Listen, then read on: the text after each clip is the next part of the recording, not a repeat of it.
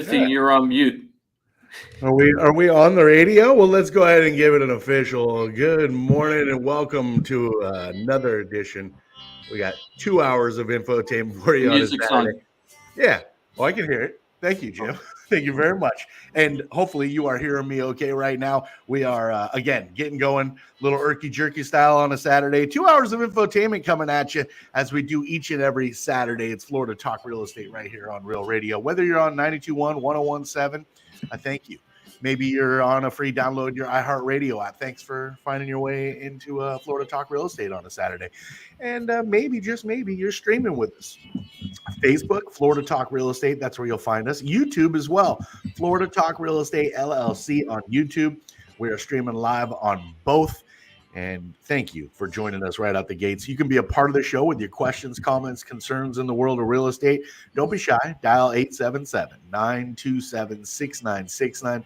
Jimothy will line you up there, get you going. You make those calls. We'll take the calls. Again, 2 hours for you on a Saturday. I'm your boy, Johnny C., your air traffic control. We do have Jimothy, our producer extraordinaire. And ladies and gentlemen, let's say good morning to my guy, Jimmy D. It's Jim DePola, and I've been telling you for over 10 years now. That's right. Florida Talk Real Estate is the longest running real estate show in the state of Florida. Jimmy D runs a top producing Keller Williams team. That's the Florida Home Pros with Keller Williams Innovations. Jimmy D, how you be? Happy South Florida, everybody, and happy Saturday to you, Johnny. I'm doing really good. Little crazy. Mike had a call in and cancel at the last minute last night. And then Ross Camaronets from Brightway Insurance couldn't make it. But I can't wait to get him on next week, Johnny, because he gave me all the details of what happened on his cystic fibrosis adventure. Oh, cool. And let me tell you, it was an adventure. For those guys out there listening that follow us on a regular basis, Ross, for charity, decided he was going to do a paddleboard excursion from Bimini Islands to the Lake Worth Pier. And Bimini Islands are not in Florida. And it's an 80-mile trip. And he started at 1:15 a.m. Sunday morning. He got to shore. I'm not going to tell you until he comes back, but it was an ordeal. I could tell you this. That guy is one tough, you know what, and shut your mouth. One tough, shut your mouth, right? And he had an adventure, but he's okay. He did well. And he says, I'm going back and doing it again next year. So we're going to talk about it. Be really exciting. Can you imagine paddleboarding 81 miles in the ocean? You know, not like near the shore, across the ocean, right, to get here, and at night. Yeah, no, I can't imagine. But hey, as you noted, he was very determined. He set this goal, and he had lofty goals for the fundraising. And time don't stop for nobody. So that day eventually came, and yeah, I imagined there was going to be some challenges that were going to pop up, because you just don't imagine you're going to be able to paddleboard from the Bahamas to Lake Worth without like some story to tell, some issue to deal with, at least one, right? So yeah, I'm anxious to hear how things went down and to get the as they call it, the dirt on his experience. I have to give him a lot of credit, and there was something else I wanted to say about that. And I just wanted to explain to the audience that haven't heard about this before. When he said he was going to do this several months ago before he started training for this event, I said, what's the farthest you've ever paddleboard before? And he was like, I think he said 2 or 3 miles. Yeah, something like that. Yeah, 2 or 3 miles, But this is the guy that does the half marathon before he comes on the radio show some weeks. Remember that when we were in the studio? He's like, I just ran 13 miles, blah, blah, blah, blah. Yeah, exactly. Hey, how's your morning going? Okay, did a half a marathon. Yeah, I did half a marathon. A lot of time left after the show. We'll see what happens, right? Dude, I struggled to get out of bed. I hit snooze 3 times. Exactly. So God bless you, Ross. Thank you for supporting the community. And you're a very special person, and it's awesome. And that's why they call him Hot Ross, right? That's not why. It's not. It's not. Yeah, you have to ask the ladies. Yeah. It's funny. Mike isn't here. Mike Rao from the mortgage firm isn't here today, and um, and he has good news in the mortgage market a little bit. We're going to talk a little bit about that. We're going to talk a lot today, Johnny, since it's going to be you and me. It's kind of special that we rarely get that situation. We're really going to talk about what's happening in the Florida real estate market for, a little more detailed, a little more granular. And, this is such news right now. Everybody, I have a lot of people I deal with from out of state that's looking to buy down here, and everybody wants to know what's going on in the market, And there are changes going on. It's not necessarily gloom and doom changes, but we are changing.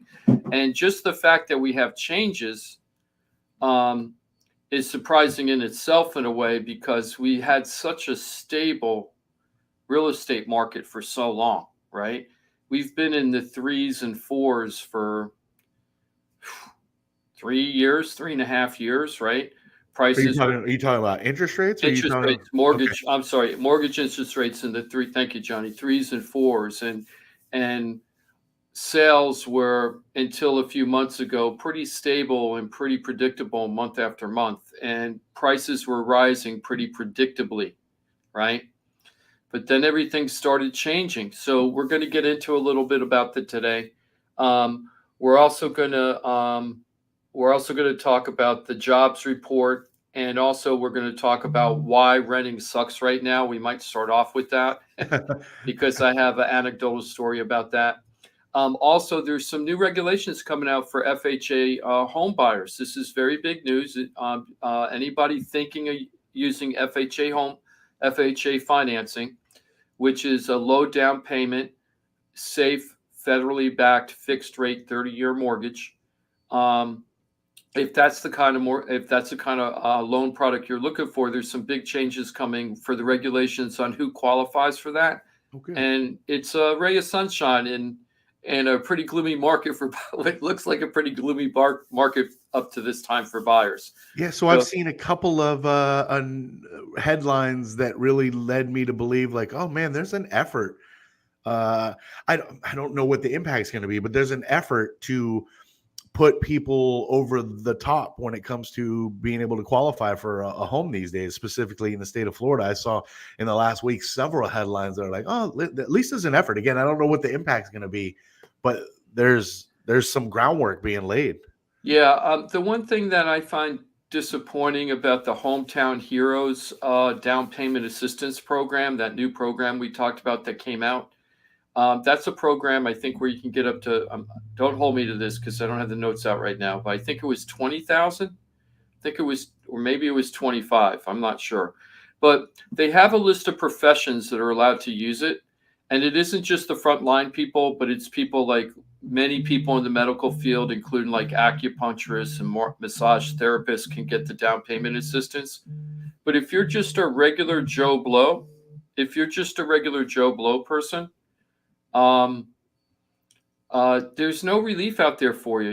You're gonna just have to fend for yourself right now. And I was thinking about that when I was driving down here to the show today. Back, Johnny, back when we had the crash. I'm not saying we're having a crash, guys, but back when we did have the crash and we started the show, there were down payment assistance programs out there that were very good and very similar to the Hometown Heroes program. The only difference was anybody could get it. Right. And I don't understand why they don't do that. Why do they have to limit it just to these certain segment? Not that segment isn't important.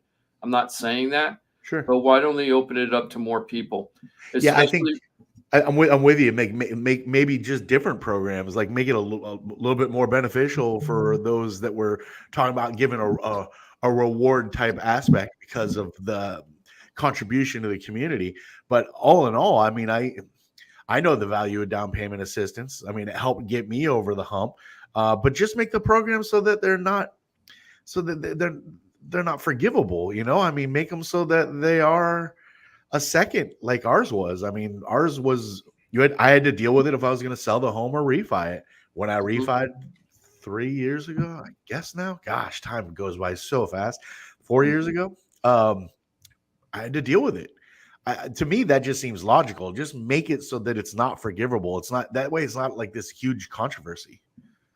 Yeah, at least that way the state gets paid back because this is a state program now. That's federal money.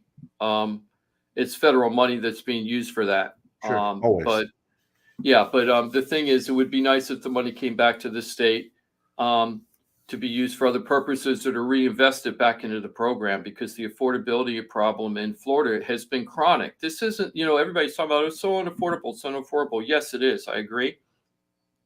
But it's been unaffordable since I've been here in the county since 1987. This is just something that always is talked about. We're in one of the most wealthy counties in the whole United States. We're in like the top, I think, 10 wealthiest counties in the United States. If you live here, it costs more money. I'm not saying that's a good thing. I'm just saying that's reality. That is a right? fact. Yeah. And people forget that, compared to many other places in the country or world, this is considered paradise. People forget that we're in Florida, right? The tropics, baby. We're in the tropics. Yeah, when you're living in Iowa and it's freezing out, or you're in Michigan or Wisconsin, and it's so cold that you feel like you want to cry. But you can't Right? because your tears will freeze. And then somebody says, "Oh yeah, I live in Florida." You think about what they think of. They don't think about, oh, everything's so expensive down there, right? All that stuff, right? What they think about is like, man, sunshine and beaches all the time, and and that kind of thing. And Oh yeah, and then they moved down here, and they're like, wasn't quite what I thought. Like no, it isn't. there's plenty of sunshine and there is beaches, but man, my lifestyle isn't what I envisioned. Yeah, well, when was the last time you went to the beach, right? If you have Exactly. to ask that question, right? But the thing is that people forget about that. But we do have a problem. I would like to see the down payment program expanded. I think that would help a lot. But it looks like Scott Spainhauer on our team he's getting ready to stage an open house for us from 11 to 2. And it looks like he's starting early because he's been on the phone on hold for a couple of minutes now. So let's go ahead and talk about the open house we got going today. Let's do that. And then we'll go on to the other stuff. Excellent. So Scott has dialed in at 877-927-6969, toll free. If you want to be a part of the program, you can dial that number as well, 877-927-6969. Let's go ahead and say good morning to Scott Spainhauer, one of the amazing, amazing agents that you can get, realtors, when you go to floridatalkrealestate.com. That's your one-stop real estate shop. Of course, Scott's a big part of the Florida Home Pros team. Scott, my friend, nice to hear from you. Happy Saturday. How are you? Hey, Johnny C. Jim, how are you guys? Good to be here. Great to have you, my friend, and happy Saturday morning to you. Same to you. Hey, guys, I'm going to be out at an open house today up in Mike Rouse neck of the woods, kind of up in the Loxahatchee area at 12332 Temple Boulevard. This is, kind of your typical Loxahatchee type property. I think it's right at 1.2 acres. Really great value for getting into Loxahatchee right now. It's a 3-bedroom, 2-bath, 2-car garage. And it's actually on a paved road, which can be important to some people out there in Loxahatchee because there are some roads that are gravel. And so this one is on a paved road. You don't have to worry about washing your car every other day. Paved driveway. You got a couple of outbuildings, couple of storage buildings. And this is actually one of Jim's listings. And today will be the first day that I've actually gone and viewed the property. So, Jim, I want you to tell me about this 3-person infrared sauna that's on the property. Yeah, so thanks, Scott. In the garage is like a cedar built, manufactured. It was like ordered, and then they built it on site. A 3-person infrared sauna in the garage, for health purposes. Actually, I have an infrared sauna in my place, and I use it, and it's excellent. So it's a nice little benefit. Those things knew his one because I was looking at units like his. His unit is probably a $3,000 to $4,000 unit, so it's pretty nice. It kind of think of think of like not a steam sauna, but a regular dry sauna with the cedar walls and everything, and it's just like that. But the difference is the heat radiates at a different type of energy or something like that. So Nice. that's So what that's about. yeah, that's fantastic. I'm guessing Very since cool. he's leaving it behind, those things don't move well. I assumed that you could just move those things. Yeah, they definitely are kind of collapsible, but I don't know if it fits in with the type of house that they're moving to in the future. Gotcha. So, and it is a really nice value to have. I mean, Yeah. they are really easy and they heat super fast. 10 minutes and it's up to the degrees you want. And the infrared sauna, since we're talking about it, infrared sauna is at a lower temperature. So usually saunas are 140 degrees and above for regular dry saunas. This will stay 120 to 140 max because of the infrared thing. So Very cool. yeah, yeah. So that's what that's about. A couple other things, Scott, about this property. It's almost 1,600 square feet under living space, and I was doing some research on that property just to see what was going on, and there are 22 active properties that are within 200 square feet of our house, right? Plus or minus 200 square feet. I just looked at it. There's 22 active properties, and right now our house priced at $499 is the second lowest of all the houses of the 22 on the market. Huh. So there's real value here, guys. The house was freshly painted on the outside and inside just a few weeks ago. The house is 1992 and everything's in a great working condition, but it's all 1992. And the carpeting, they've had a heck of a time. They're trying to replace some of the carpeting in the house, but they haven't been able to get the contractors. You know how it is with the contractors, Johnny, right now. So they haven't been able to deal with it. So the carpeting, if that's an issue for the new buyers, we can negotiate on that about the flooring. Okay, just so you know, Scott, when people go out there. Excellent. Okay, and it's a really, really nice house. This is a great house for a whole bunch of people, retirees that want to live in a more secluded area. It's great for the starter family. It's almost 1,600 square feet on air, plenty of room to start the new family. The lot's really nice. They actually have real grass. It isn't all patchy weed stuff that happens out there a lot. You could tell that they care about their property. So there's just so many benefits to this property. So go out there, take a look at it. Scott will be there from 11 o'clock to 2 o'clock, right, Scott? Yep, that's right. From 11 a.m. to 2 p.m. And that address again is 12332 Temple Boulevard, West Palm Beach, Acreage, Loxahatchee. If you're coming from outside of that area, it's kind of on the north end of the Loxahatchee area, so it's maybe easier to come in from the North Lake Boulevard direction versus coming from southern. So yeah, it's closer to North Lake if you want to come in that way. But yeah, if you need any information about the open house, you can check out our Facebook page at Florida Talk Real Estate. And there's a posting on there from yesterday where you can see the information, the address, and I would love to see as many people out there as possible. Stop by and see us. Excellent. Again, 11 to 2. Find that information we just talked about on Florida Talk Real Estate, the Facebook page where we're streaming live as we do each and every Saturday, 2 hours of infotainment.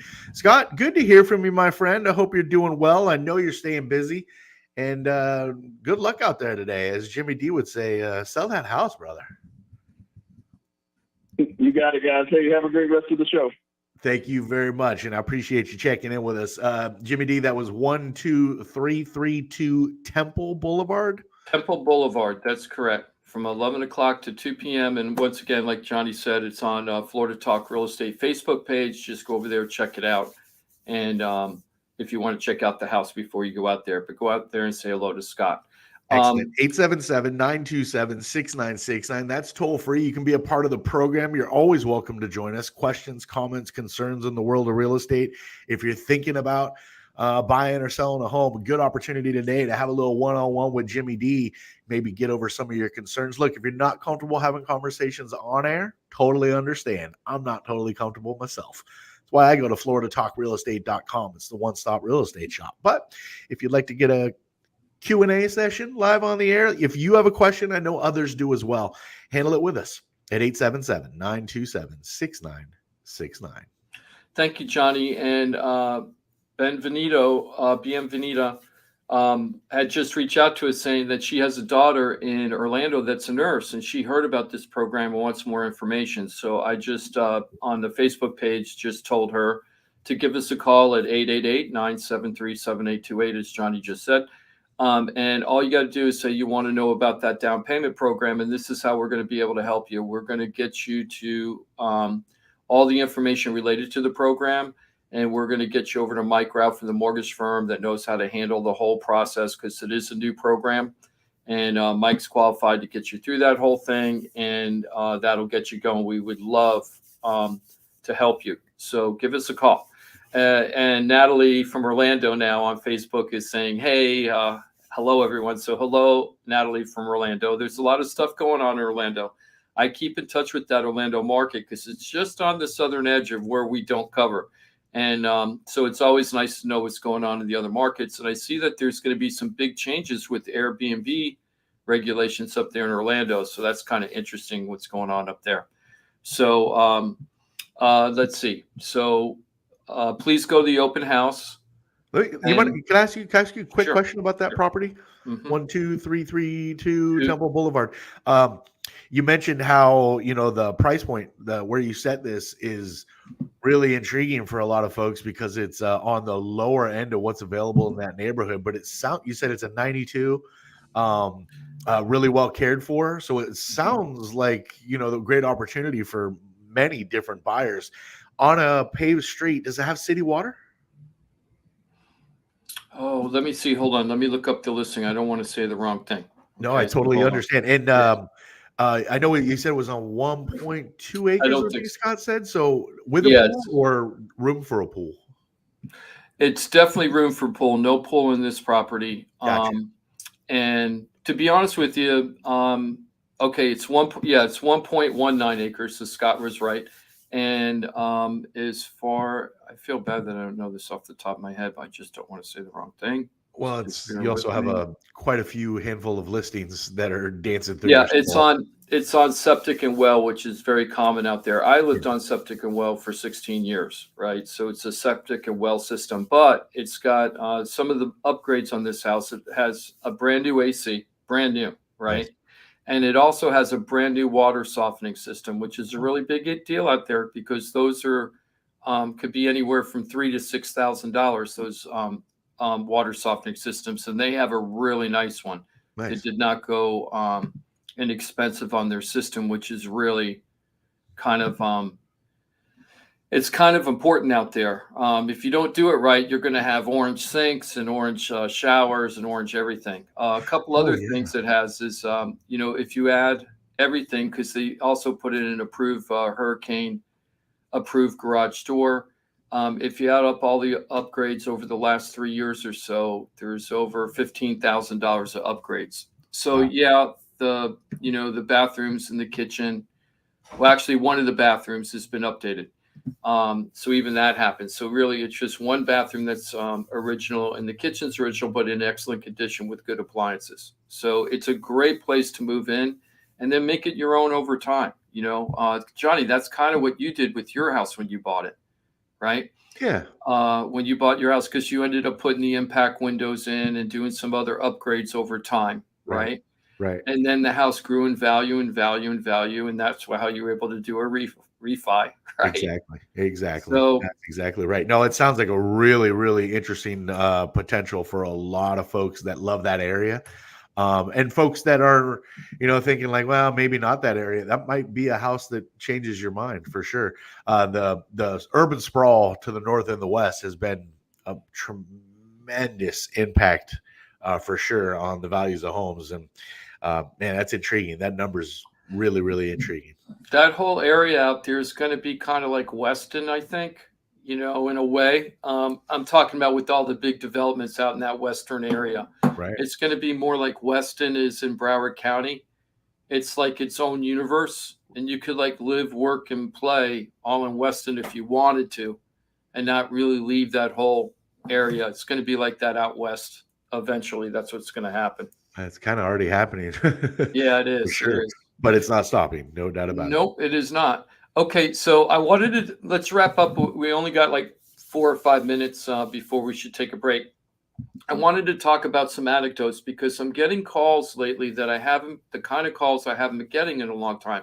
Most of the calls we've been getting over the last 3 years has been, I want to buy a house, I want to sell a house, I want to refi a house, or I need property insurance, right? That's pretty much the way it's been going pretty much. But now we're getting calls, hey, I'm facing a foreclosure, right? Or I've had I have a probate house and the siblings are arguing with each other and we can't deal with the house in the right way. And that's happening a lot lately. And I think that's happening more now because of, I think it's happening more now because people are starting to want to deal with the properties. So they've had it for a long time, but now it's like maybe they want to sell, but then the other siblings don't. Then they start squabbling, things like that.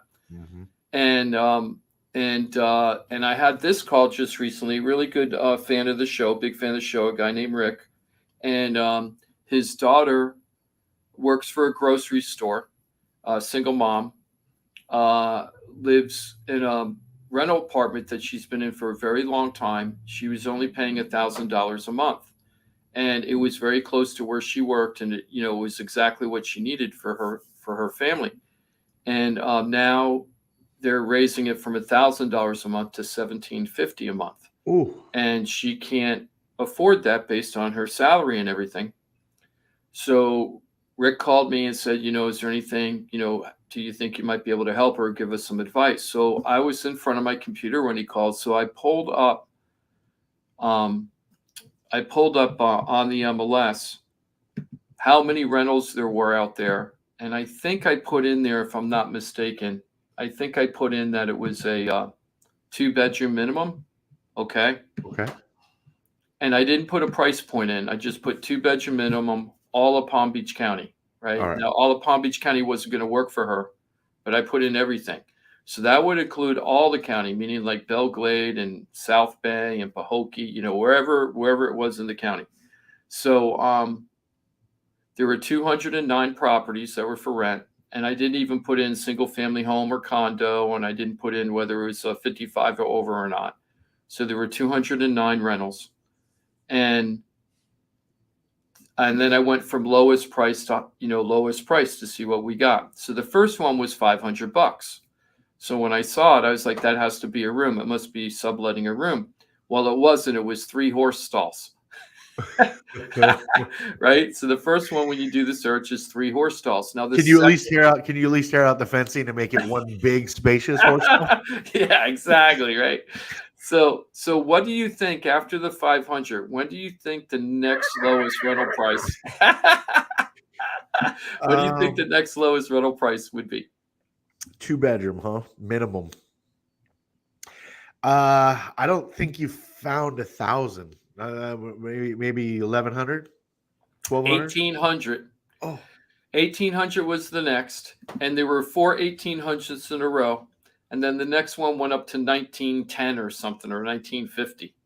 Right, so you had 4 units in the whole county at 1,800, and then the next one was in the 19s. And this poor woman is paying 1,000 and is being jacked up to 1,750. But what I told Rick was, I hate to tell you this, but she's had a long-time relationship with the landlord. If she doesn't take his deal and she needs to find someplace else, she's going to pay first-class security. Yep. And she's going to have to go through the process and compete with other people. I hate to tell you this, but she might want to keep that place. But that's what's going on. That's what's going on in this rental market right now.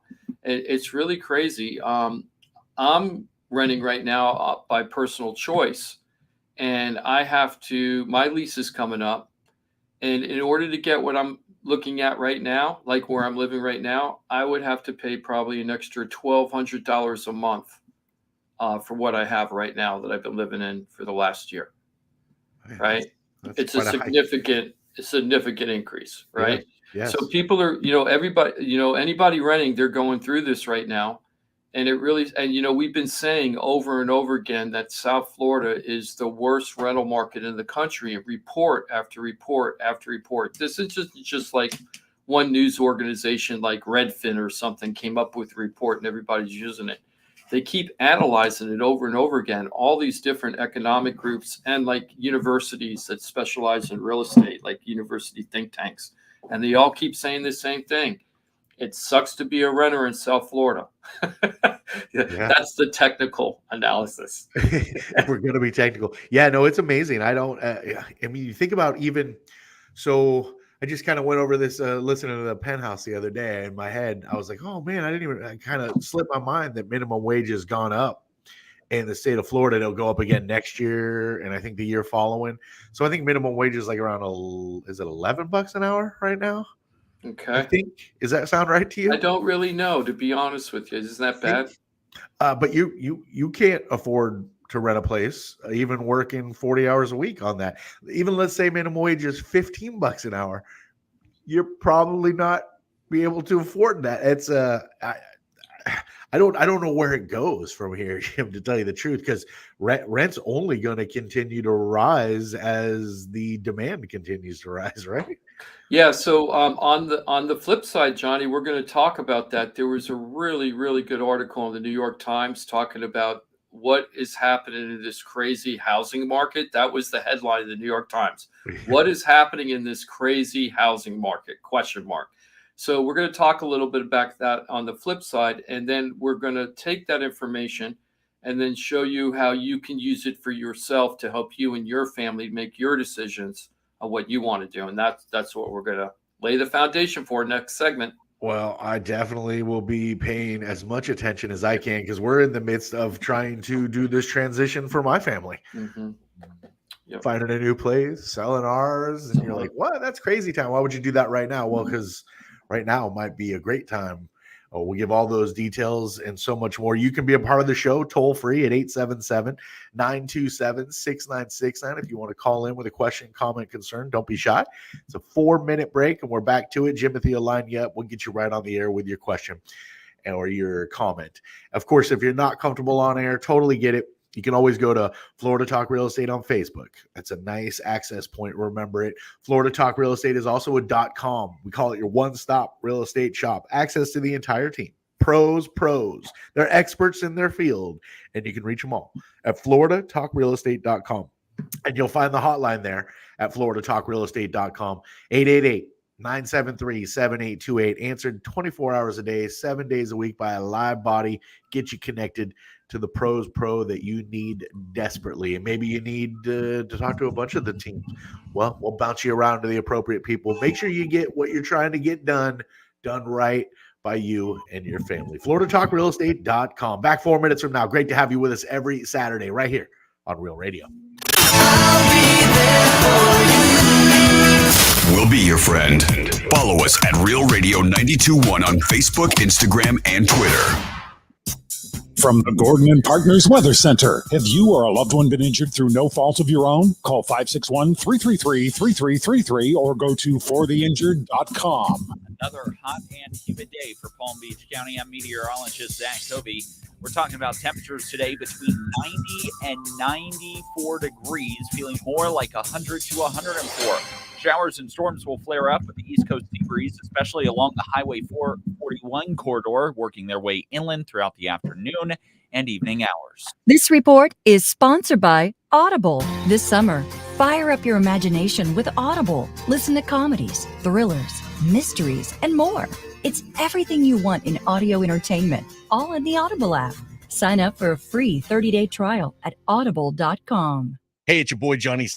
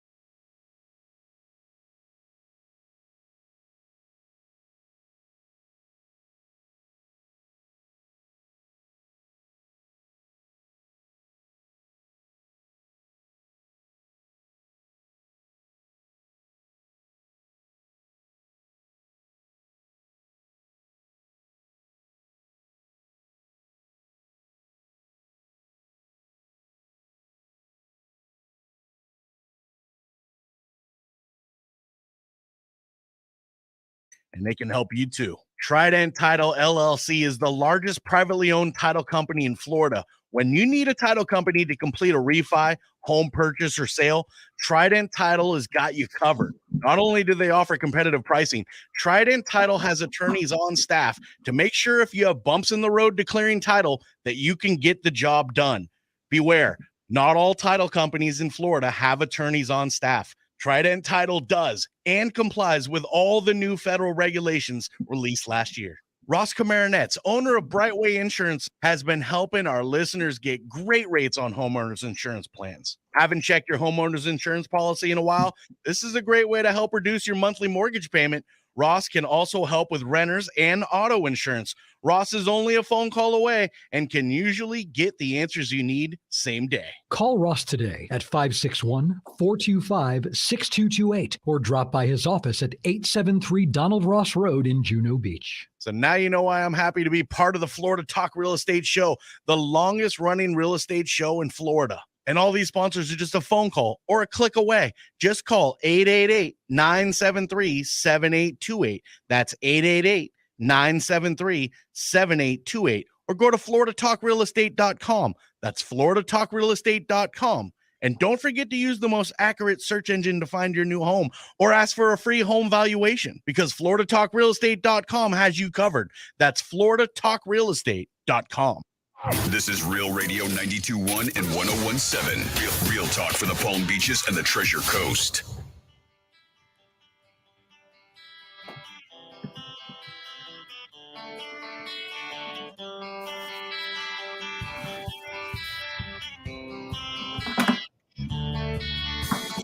This is Florida Talk Real Estate with Jim DePola and Johnny C. Got a question for the show? Call us live at 1-877-927-6969. That is the toll-free number. If you dial it, you will get greeted by Jimothy, our producer extraordinaire. He'll line you up there. And, of course, you make the call. We'll take the call with your questions, comments, concerns in the world of real estate. And we got you until 11 o'clock before we pass the baton to the locker room this early afternoon, late morning, however you prefer. Great to have you with us. 92.1, 101.7, worldwide on your free download, your iHeartRadio app. Thank you for everybody joining us on Florida Talk Real Estate on Facebook and on YouTube as well. We stream over there, Florida Talk Real Estate LLC. That is a hub of a ton of informational videos that you should consume and share. You might be able to help people out big time. Johnny C, that's me.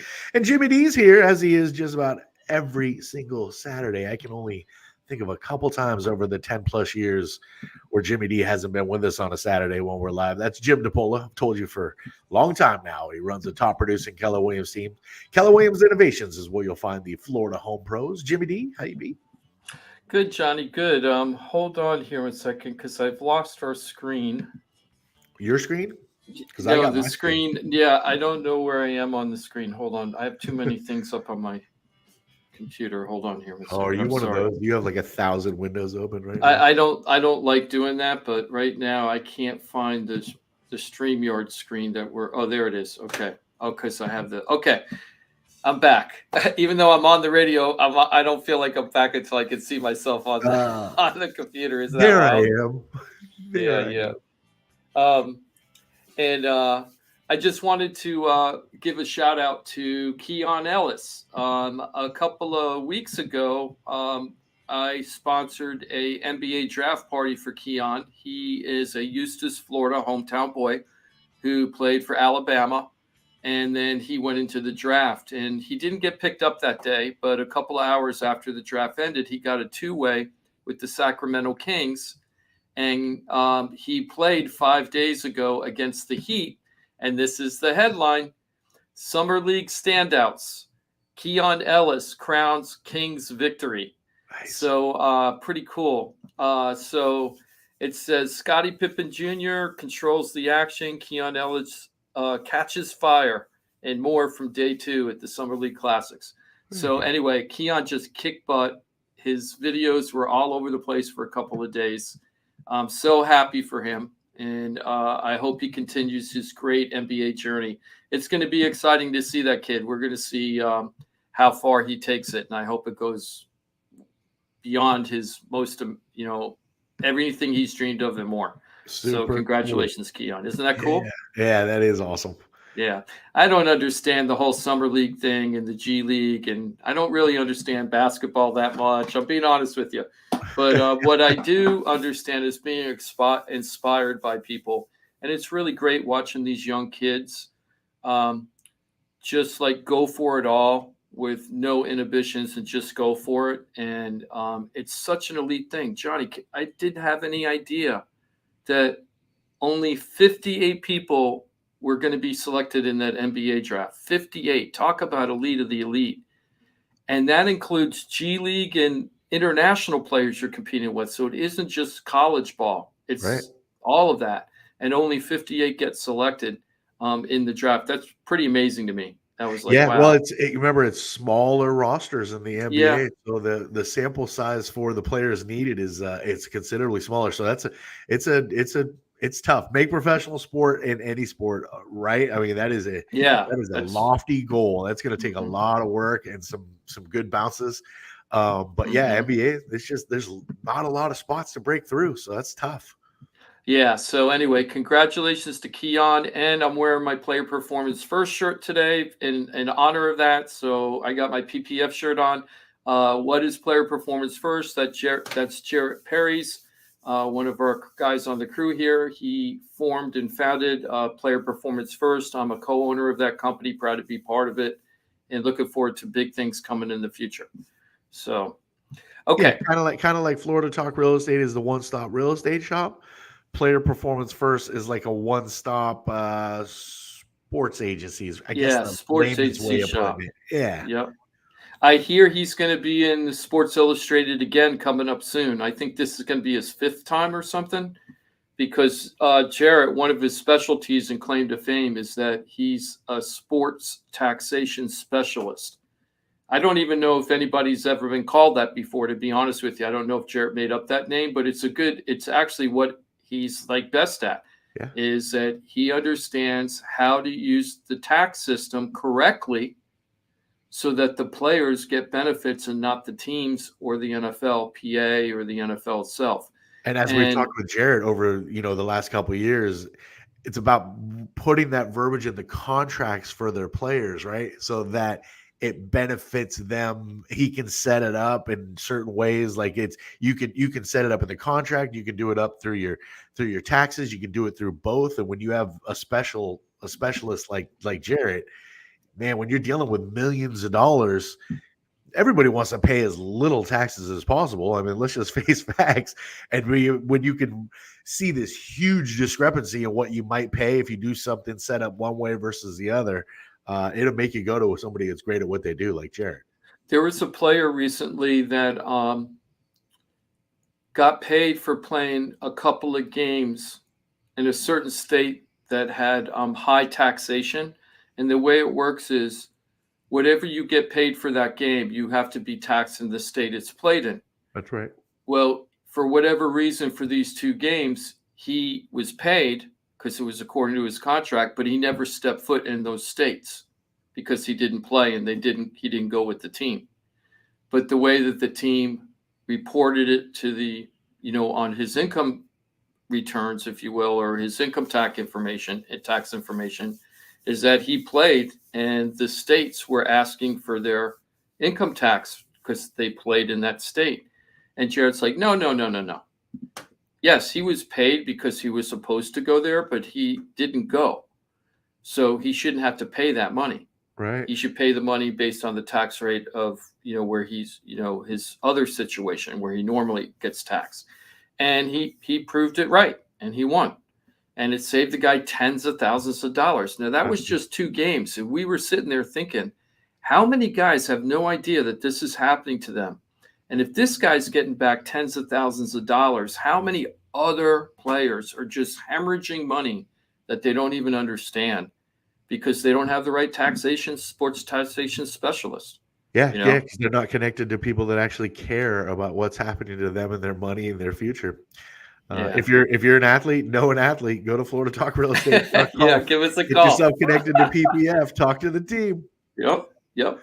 Okay, so I want to read a couple of paragraphs. I don't normally do this. I tell you where I get my news from usually, but I want to read a couple paragraphs because I thought this was a very interesting story. It was in the New York Times yesterday, and it says, "What's up with the crazy housing market?" And it says, "Rising mortgage rates, faltering home sales, skyrocketing rents. Here's how to make sense of this baffling real estate market," right?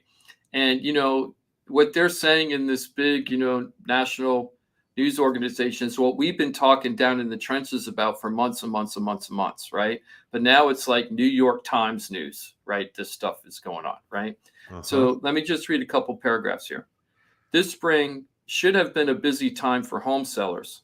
Instead, the season was a dud, stalled by a dramatic spike in mortgage rates that stunned even industry experts with its chilling effect on the market.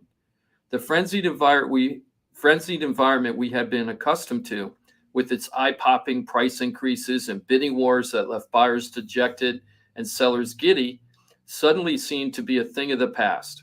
While buyers stood on the sidelines, recalculating their much larger mortgage payments, sellers began to realize that offers of $100,000 or more over asking might not be coming."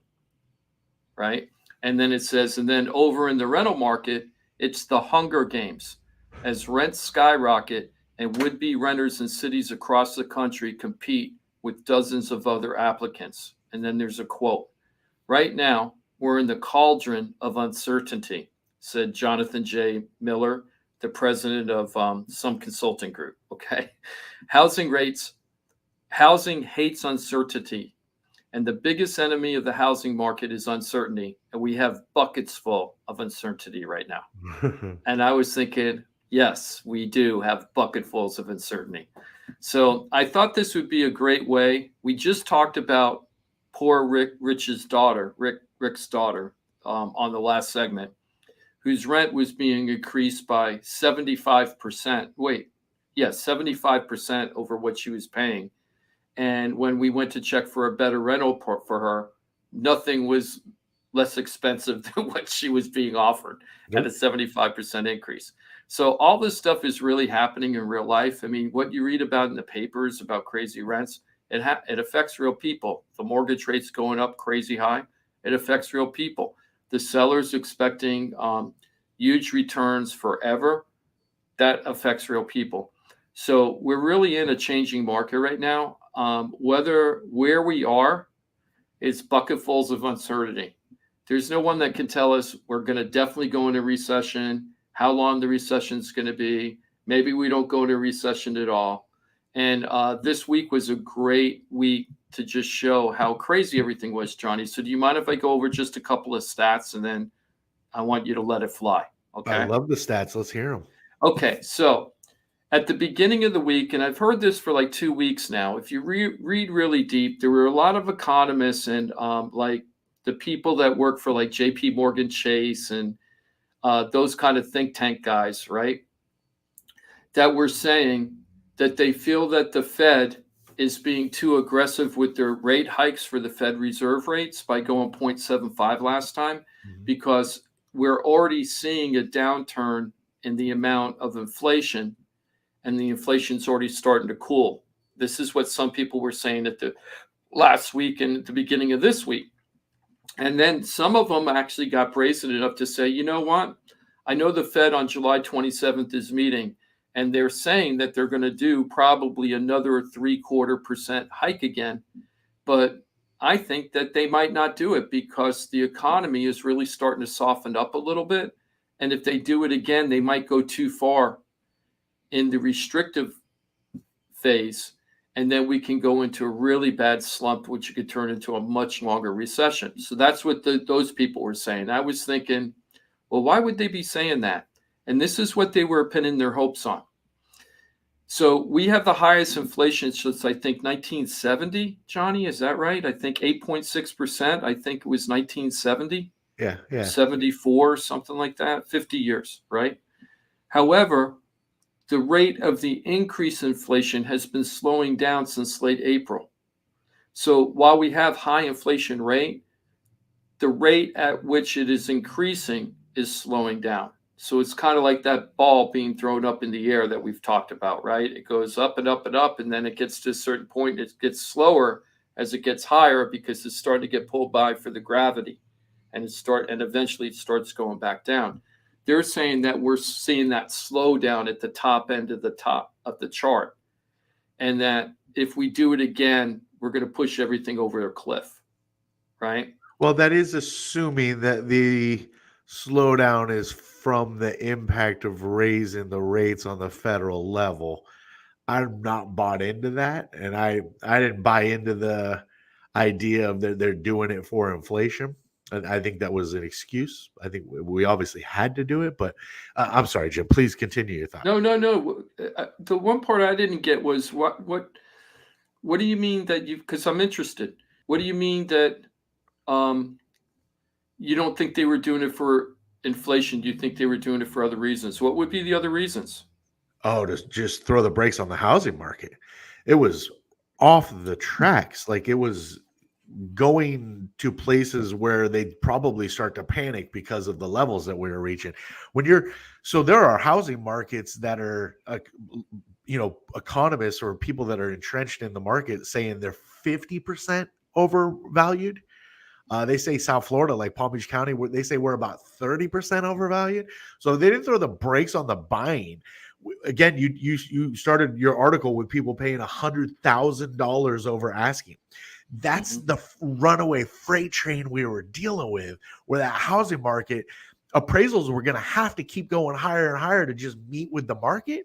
And at some point you go, this thing's going to bust like the biggest bubble we've ever seen, because it's just not sustainable, right? You can't even support those numbers, even at the fact, I think the numbers we're at now are tough to support. So I think it was all about slowing the housing market with the hopes of it affecting inflation a little bit.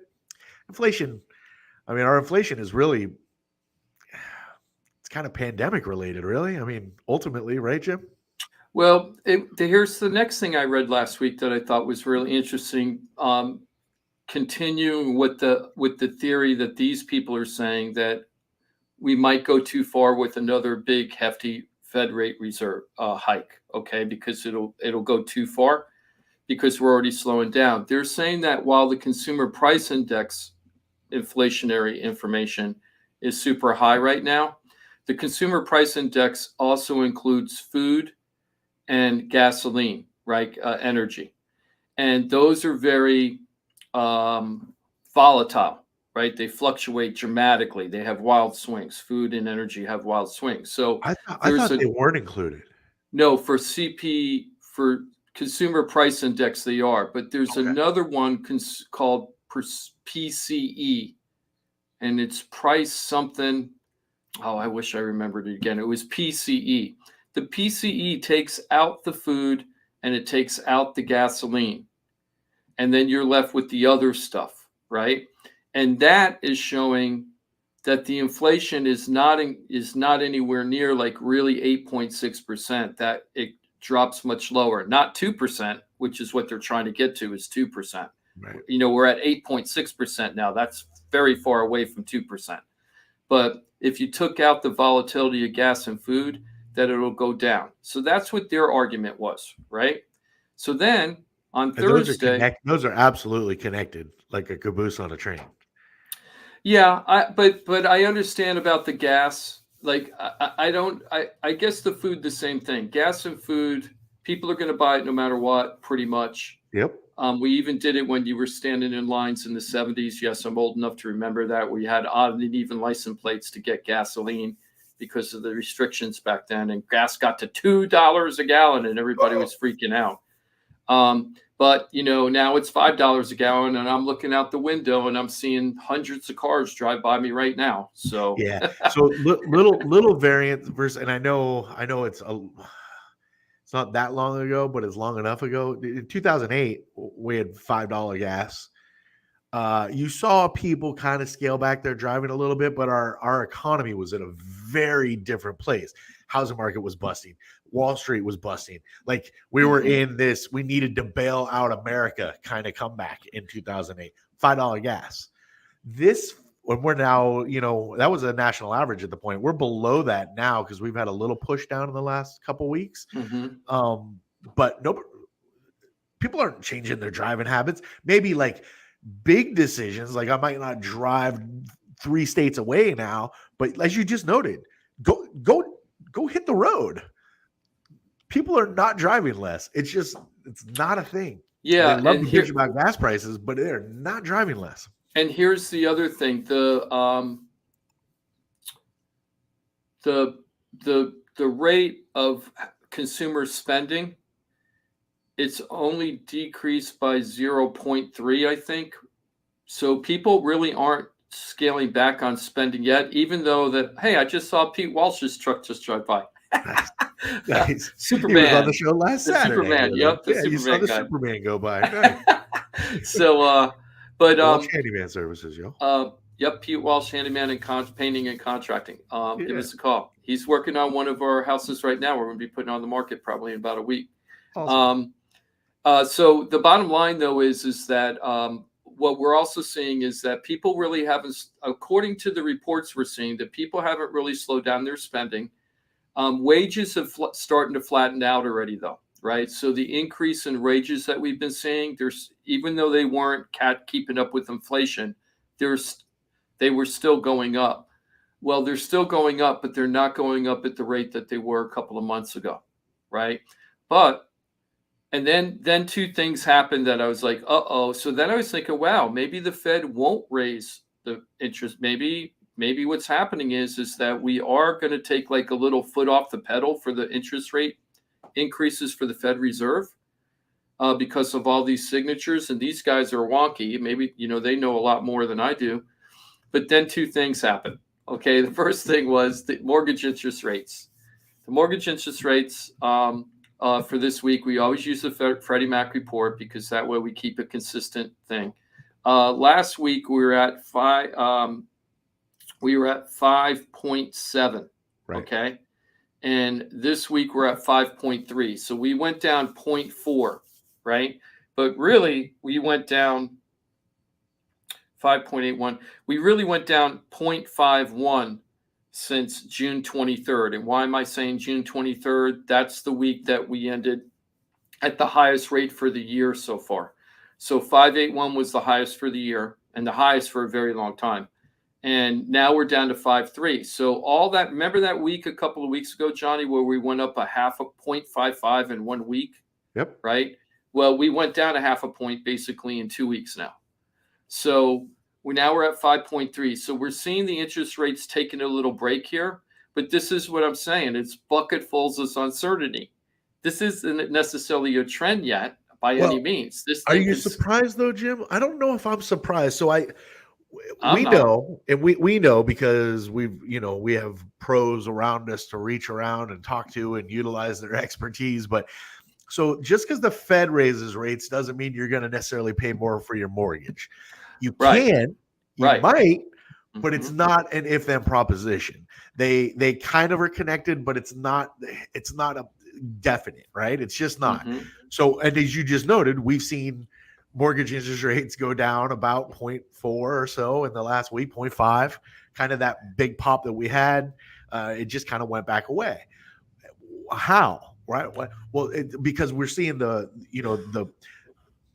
seeing the slowdown in the market. We're seeing the mortgage world layoffs are starting to happen a little bit, right? We're starting to see them scale down. The refis aren't quite as prevalent. So how do you spark that again?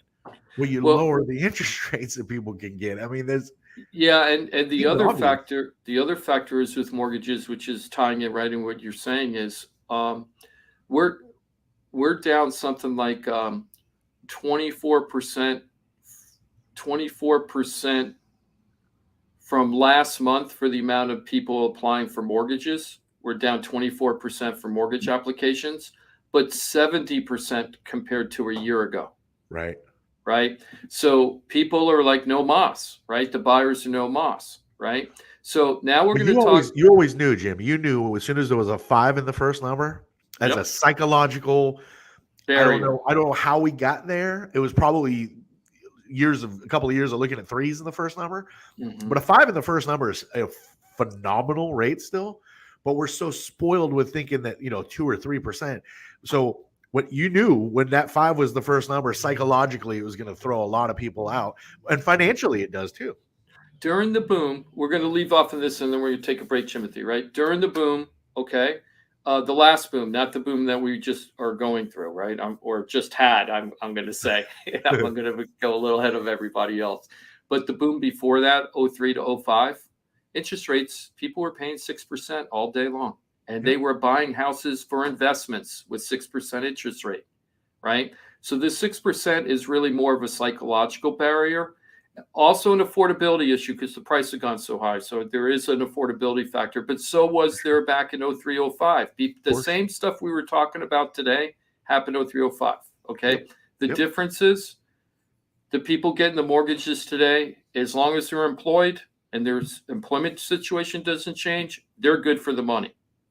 The other people were not good for the money. The other buyers were not good for the money. So there's a big difference between those two right now. Stability That's why of the I'm borrowers, always for sure. Yeah. That's why I'm always saying, yeah, keep an eye on the inflation and everything. And if you want to get upset every day, follow the inflation rate. I'm following the unemployment rate.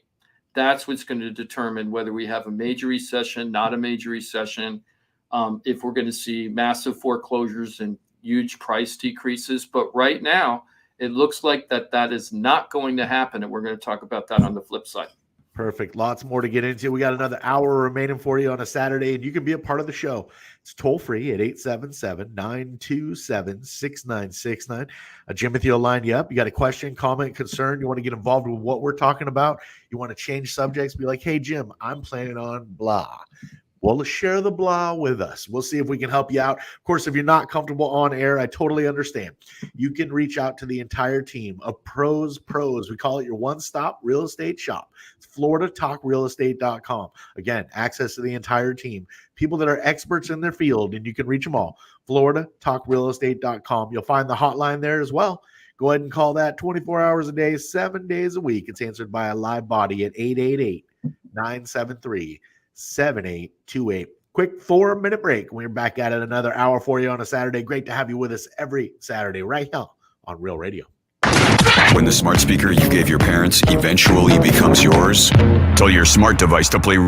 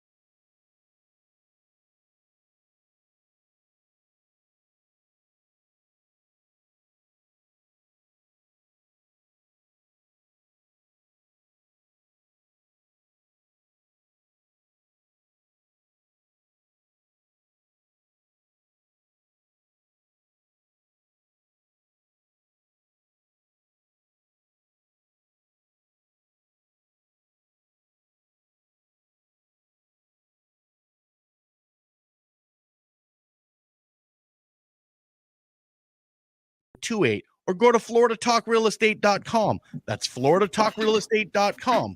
And don't forget to use the most accurate search engine to find your new home or ask for a free home valuation because floridatalkrealestate.com has you covered. That's floridatalkrealestate.com.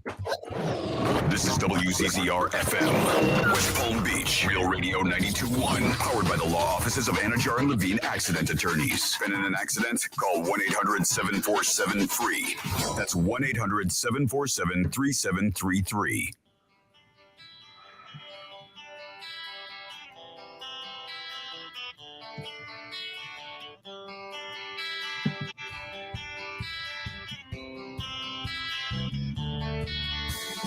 This is Florida Talk Real Estate with Jim DePola and Johnny C. Got a question for the show? Call us live at 1-877-927-6969. That's it. Toll free. Dial it up. If you got a question, comment, concern, you want to be part of the show. Jimothy, our producer extraordinaire, he'll line you up there. You make the call. We'll take the call at 877-927-6969. Of course, if you're not comfortable on air, always remember floridatalkrealestate.com, your one-stop real estate shop. Know it, use it, love it, and share it. You can change worlds. Johnny C, that's me. Jimmy D is with me like he is just about every single Saturday for over 10 years now. It's Jim DePola. He runs the top producer in Keller Williams team. You'll find him there at Keller Williams Innovations with the Florida Home Pros team. Jimmy D, how you be? Hey, Johnny, how are you doing today? You know what? Pretty decent, man. It's a Saturday. I got you, Jimothy, making some radio, hopefully helping some people out. It's beautiful. Yeah, I've got a very busy weekend. I've got a lot of stuff to catch up with some customers. There's still lots of buyers out there, and that's what I'm going to be working with mostly today is trying to get some stuff lined up for buyers. Speaking of that, we were talking about what I'm really keeping my eye on as far as the state of the economy is going to be unemployment and job market. So as I was saying in the last segment, there were a lot of national economists that were saying and think tank consultants about the economy saying, hey, we're already seeing signs that the market is slowing down. Consumers are spending a little bit less. We're seeing less applications in the real estate market. We're hearing that inventory is increasing with manufacturing and big companies like Walmart and stuff. Their inventories are starting to back up, so they're going to need to be producing less. And so there's no need for the Fed to go crazy and do another 0.75. Then we saw the interest rates drop a half a point on Thursday. And also the jobs report came out this week. And that's what's probably going to blow a hole in the gasket of the people that were hoping that the Feds are probably not going to march forward with their plan, because Wall Street was predicting there would be an increase of about 250,000 jobs last month. And instead it was 372, right? Which is a pretty big, it's 50% more than they thought they were going to get. And then on top of it, the unemployment rate is still at 3.6. Yeah, it held flat, basically. It's flat, and that's, at a 50-year low, right? Now, we were that low again in pretty close enough where it's, close enough cigars and hand grenades or whatever, horseshoes and hand grenades or whatever they call that. But in 2020, right before COVID, this is about where we were with the unemployment. Yeah, we're basically back to pre-pandemic employment numbers. Which wasn't good. 3.6 is not a good, that's not a healthy, 3.6 is not a healthy unemployment rate. You need to be in the mid fours, right? So every point is about 1 million jobs, right? Roughly every point, right? So, we have a lot of room for people to be I hate to say this, but we have a lot of room for people to be unemployed before we even hit that 4.5%. Oh my gosh, do we ever? Well, and I don't know. That would be 1 million jobs. I think the only way that happens is if we get another big run of people that are like, screw it, I got money thanks to whatever, and I don't need to work. I don't want to work. Whatever that kind of set in through the pandemic. I know the pandemic had a lot to do with it, but what is it? Almost 2 jobs per unemployed active seeker right now. That's what I read. I read something that says there's about 2 jobs for every somebody looking for a job. They might not match. The market employment pool might not match the job pool perfectly, but that's what's out there.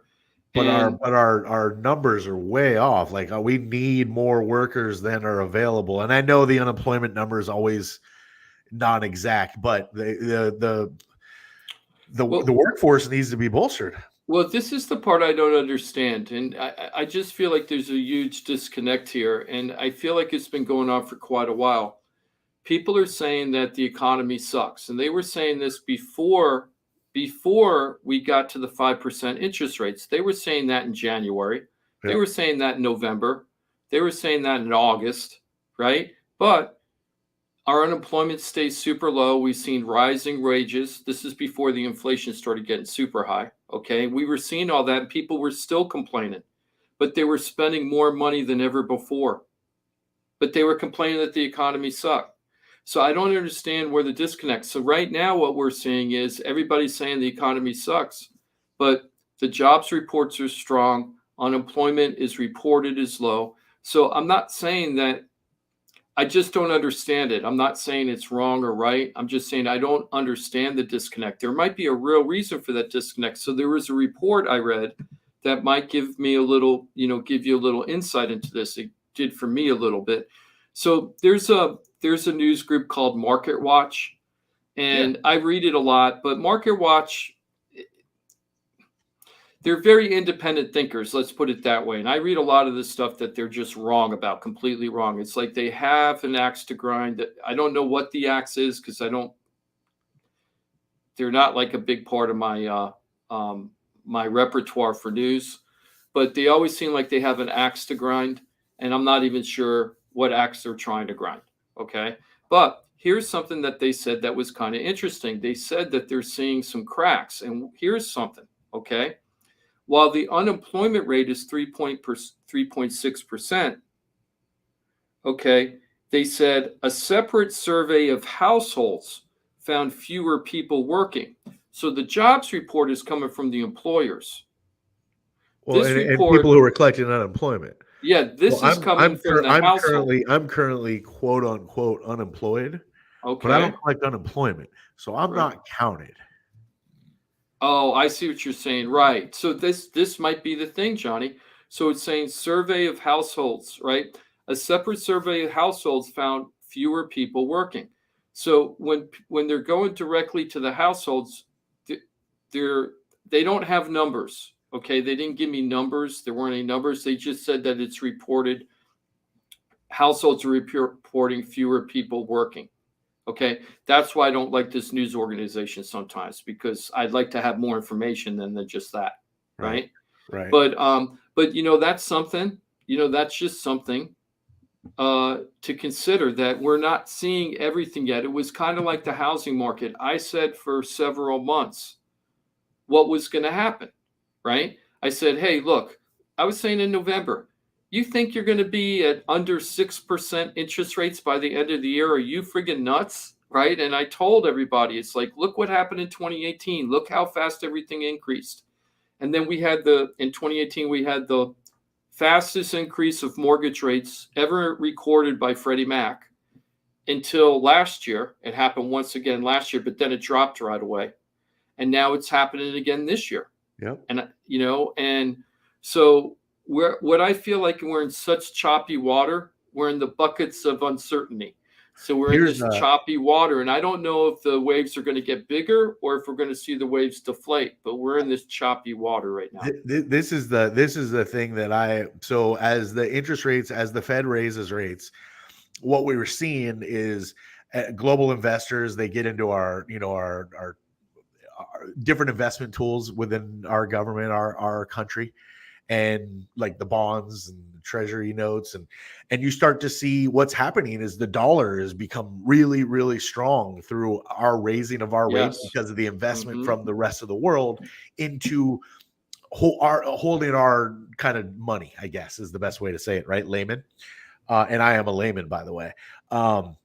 So the dollar's really strong. So here's the domino that falls from that, though. So our GDP is starting to kind of even out or come down, because when the dollar's strong, that makes American-made products much more expensive. So inflation isn't just an American phenomenon; it's a global phenomenon. And our inflation number is actually it might be the lowest in the world.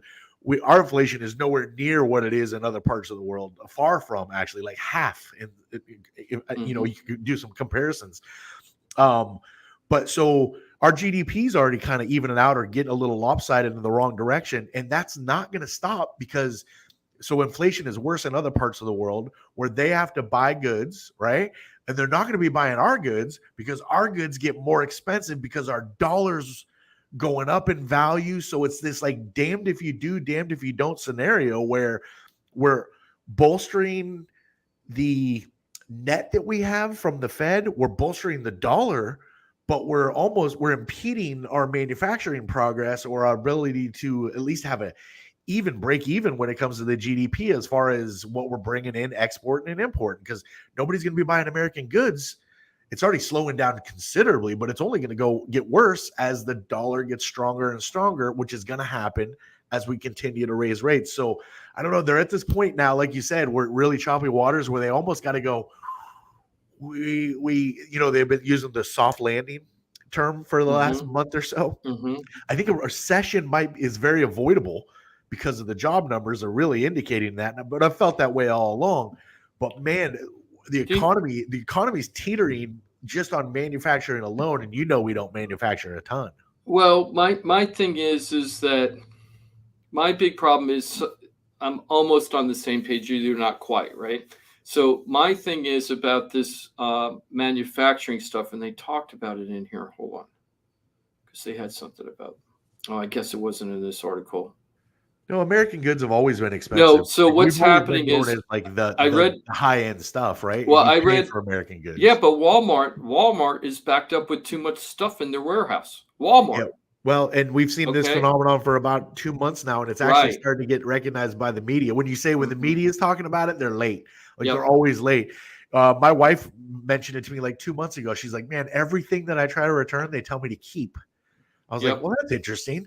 And now this is where we're at now. They're like, well, keep that. If it's a $20 shirt, they're like, just keep it. They don't want to deal with the restocking because they have so much inventory. Because they have so much inventory, and they're laying people off. It's slow, but it's happening, and we don't know how much it's going to take. So that's the big question mark to me. And we're going to have to see that happens. I think another little indicator will be how much vacation stuff happens this year, if there's going to be changes in vacation habits. I felt like last summer was the summer everybody just said, I don't give a darn about COVID. I'm just going to go out and do it. I can't take it anymore, right? But a lot of people are saying that's more this year than last year, and they might be right. I didn't take a vacation last year, so I don't know. Right? So, but maybe this will be the last hurrah, or maybe we'll see changes in what people are doing for their vacation, maybe either making them shorter, making them closer, making it closer to your house so you're not traveling too far. I don't know, right? Staycations might be more popular. It'll be interesting to see that. I don't want to sound like a parrot, and I know I say it. I didn't say it last Saturday, but I know I say it enough when we're talking about the economy and recession and et cetera. We are a consuming nation. We are the biggest consumers in the world, 330 million strong. We outconsume everybody, and our economy will always be strong as long as we, the people, keep spending above our means, and that's not going to stop. I don't think that's going to stop. The only way that stops is massive unemployment. And even in then, there's an uptick in that because people will then be like, well, I'm going to put it on the credit card versus spending my cash. I want to save the cash, right? So they're going to spend beyond their means anyway. Screw it. I'm going to spend 23% interest on this $12 item, right? I mean, to quote George Carlin, the great George Carlin, that's just so American. And when you talk about airfare and travel and vacations for this year, and I'm looking at my mom wants to go to Maine with my little girl, but we've been looking at tickets, and it's just ridiculous. And Yeah. then you got to roll the dice. I'm going to spend $2,500 for 2 round trip tickets, and I might not be able to be guaranteed that I'm not going to spend 3 days at an airport waiting I for know a flight. exactly. Yeah. Well, you might get lucky. They might pay you $10,000 for your seat. How about that? Have you been reading about that? Have you Was been that reading about Delta? that?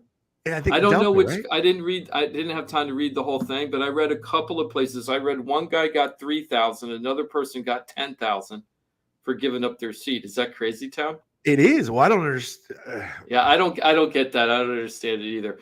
But the thing is so Johnny, this is a great example, like a real life example.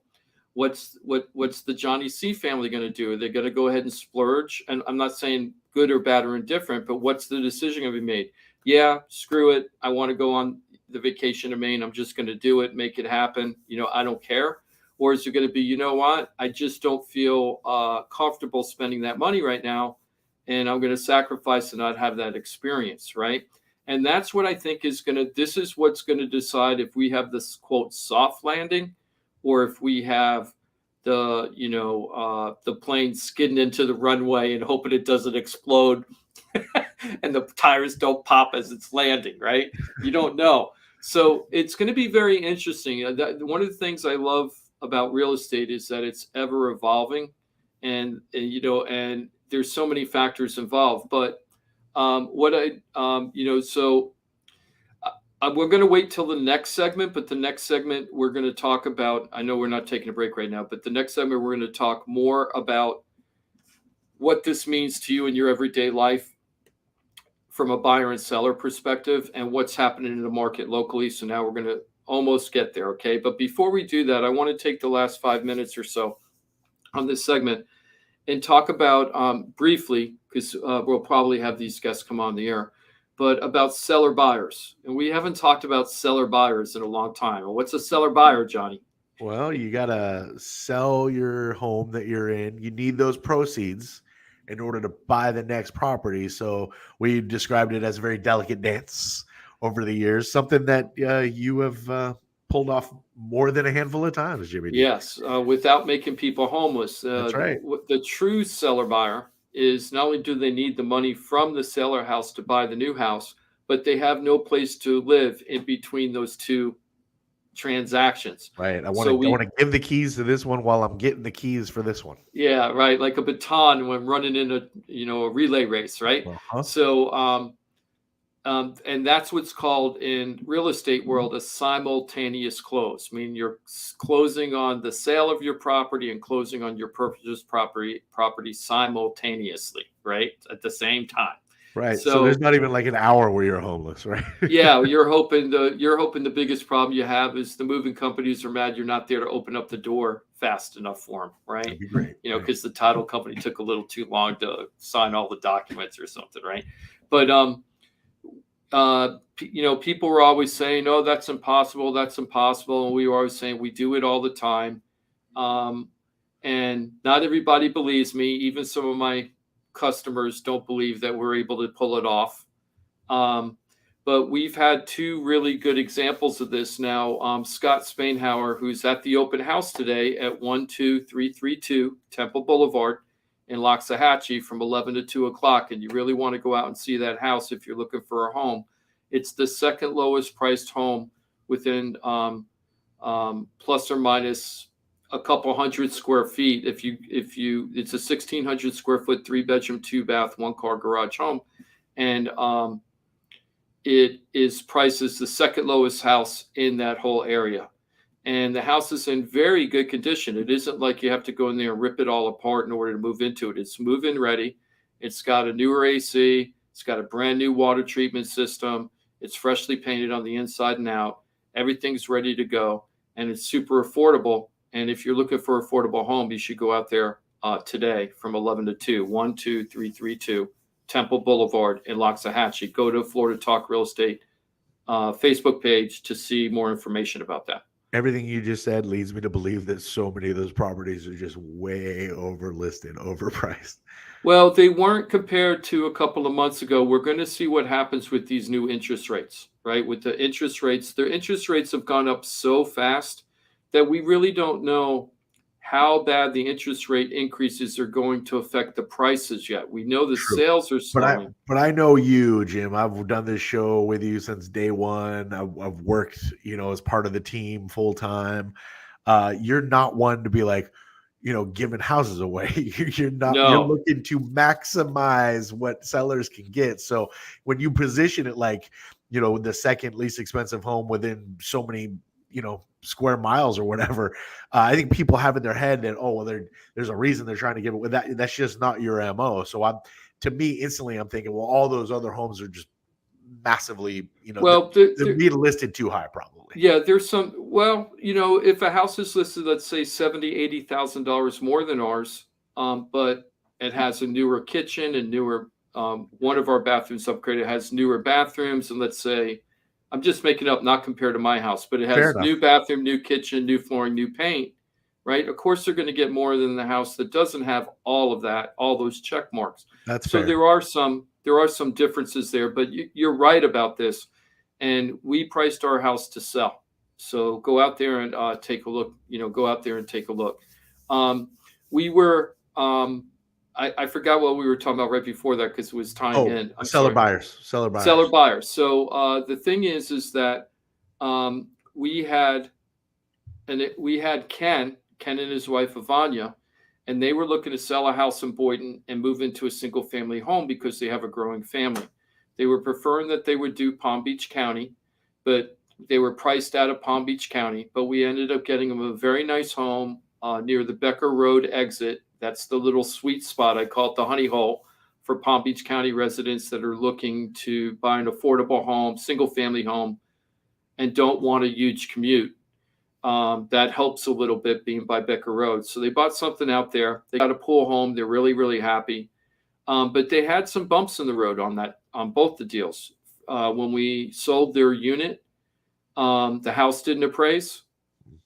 And then when we bought the new house, the house didn't appraise. Now, thank God we were able to work out the buyer's side or the sell side where they were selling the house. And we worked out it with the buyers that we came to a price that was agreeable to all parties. But on the purchase side, Ken lost the deal because the seller wouldn't work with us on the appraisal, right? So then he had to go out and find a new home. And that was kind of scary because he was already on a contract with the other house, right, to sell it.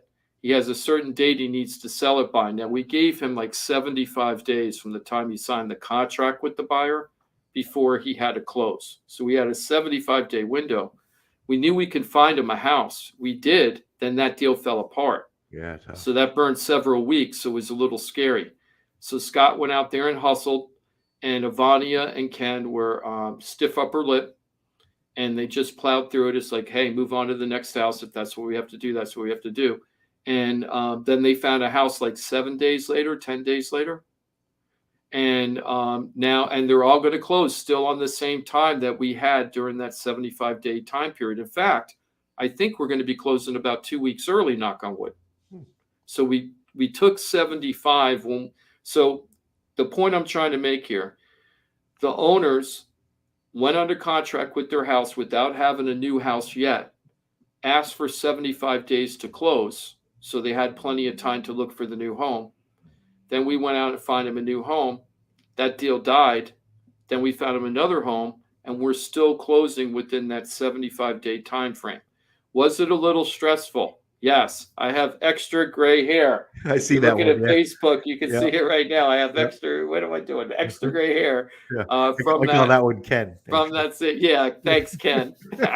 And he's awesome, man. Ken and Ivania are awesome, and they deserve the good experience they're having now. Yeah, and then we had another couple. We had another person, Fred. Fred's a big fan of the show, like Ken. Fred sold his house in Lake Worth, and he needed to find a new home. Now, I'm talking about real life experiences here, guys. So I want to wrap this up, but I want to tell you what happened with Fred. We sold his house in like 3 days. Okay, we got a long close, just like we did for Ken. But then when Fred was looking for houses, he wanted a very specific area. And he was at a certain price point. And a couple of weeks went by, and then 3 weeks went by, and maybe 4 weeks went by, and he kept looking at houses, but nothing was there. and we weren't getting in the car much to look at houses. So then I had to sit down with Fred. And me and Fred sat down. I opened up the computer. We started talking about everything. We started talking about other options, right? And then he found a temporary rental property, which was great because that gave us some breathing room, right? And then we closed on the house. He still didn't have a place, but he had a place to live, but he didn't have a place to buy yet. And he was okay because he said, I'd rather stay in the short-term rental property and find the right house than just buy anything. Right. He wasn't going to settle. Yeah, he wasn't. I didn't want him to do that either. No, of course not. So he found a very affordable, easy transition apartment. And then Scott found him the perfect house. And boy, was Fred so happy. He called up. He's like, Jim, it's in the exact neighborhood I wanted. It was priced $70,000 less than he was willing to pay. Wow. Yeah, he was $70,000 under his max budget. Jeez, okay. Talk about worth it. Yeah. So he waited. He's in a great neighborhood in downtown Lake Worth. That's where he wanted to be. He wanted to be close to that whole Lake Lucerne vibe with the park and close to the beach and the Lake Worth Casino. Sure. He got exactly what he's looking for. I'm getting tingles. He has 2 units on the property, so he has a second structure in the back where he can rent it out if he wants to while he's living in the front structure. And it's just an awesome transition for him, and it happens. So it was stressful for us. I'll be honest with you. We handle that stress all the time, but we do it all the time, and we very rarely fail. We very rarely not achieve the goals we had. We did have one case recently, Johnny, where it didn't work out, and I felt really bad about that one. But we did everything we could do. We got the house under contract twice. We got him under contract to buy a house at one point, and for various different reasons, not fully in the control of the customers we work with. They're great people, but we just couldn't make it work. And then finally I said, you know what? Maybe you guys should take a break. You've been through hell and back. I was the first person to say it to him, right? I wasn't trying to jam it through because it's so stressful what they were going through. I was like, well, you know what? Let's take a break. So we can do it. Thank you, Fred. Thank you, Ken and Ivania, for trusting our team, sticking with us the whole time, and knowing that we were going to make it happen for you. They were the nicest people through the very stressful time, and that shows a lot about personality. When you're under stress and you're still treating people very, very well and very nice and being polite, and not trying to burn other people in the process. There were a couple of times where Ken could have burned people in the transaction, not us, but other people. But he just leaned towards doing the right thing. He goes, I wouldn't want somebody to do that to me, even though I could do it. I wouldn't want somebody to do that to me. Let's just move on. That speaks volumes. And then he got the house, right? Yeah. Because karma counts. Yes, it does. Anyway, let's go ahead and take a quick break. When we go on the other side, we're going to talk about this real estate market and how it's affecting sellers right here in South Florida, guys, not the big macro stuff. We're going to talk about when you put your house on the market, what should you expect today? And if you're out there buying a house today at these high interest rates, what should you expect today? So that's what we're going to talk about next. Perfect. And if you have a question you want to squeeze into that conversation, you're more than welcome to. In fact, we give you a toll-free number at 877-927-6969.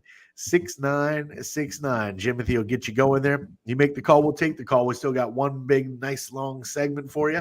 Great to have you with us every single Saturday. Of course, if you're not comfortable on air, always remember FloridaTalkRealEstate.com. It's your one-stop real estate shop. You get the access to the entire team. Pros. They're experts in their field. Get them all at FloridaTalkRealEstate.com. 4 minutes from now, we're back at it. Thanks for being with us every Saturday. It's Florida Talk Real Estate right here, Real Radio.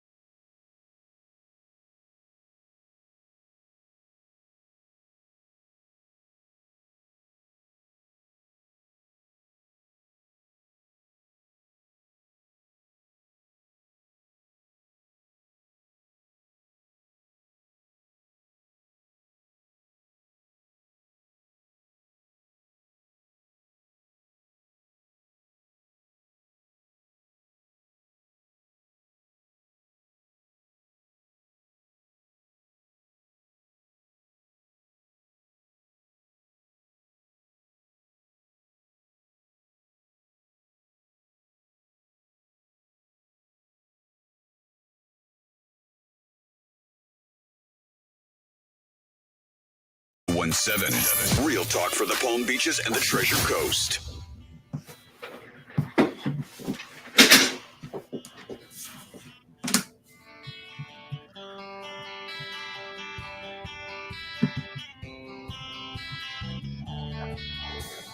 This is Florida Talk Real Estate with Jim DePola and Johnny C. Got a question for the show? Call us live at 1-877-927-6969. You can dial it. We got about 20 minutes or so remaining for you on a Saturday. You want to be a part of the show? Do it. Pick up the phone. 877-927-6969. It's toll free. Jim at the line. Yep. You make that call. We'll take that call. It's what we do every Saturday, 2 hours of infotainment. 9 until 11 at Florida Talk Real Estate. And remember, that is a .com, floridatalkrealestate.com, your one-stop real estate shop. Great to have you with us on the radio, the app, which is worldwide. That's the iHeartRadio app, of course, 92.1, 101.7 throughout the Palm Beaches and Treasure Coast. Thank you. And on Facebook, Florida Talk Real Estate on Facebook, or YouTube, Florida Talk Real Estate LLC. We stream live every Saturday. Great to have you with us. Johnny C, that's me. Jimmy D's with me as well. It's Jim DePola with Keller Williams Innovations. I've told you he runs a top producing Keller Williams team for a long time now. So Florida Home Pros. That's where you'll find Jimmy D. How you be? I'm doing good, Johnny. Happy South Florida, everybody. I can't believe that we're already in the second week of July of 2022. Is that crazy town? It is. I'm so behind on 2022. I can't believe that where we're at right now. Half the year gone. We were talking about today, we've really spent a lot of time today about what's going on in the real estate market, and we went very macro.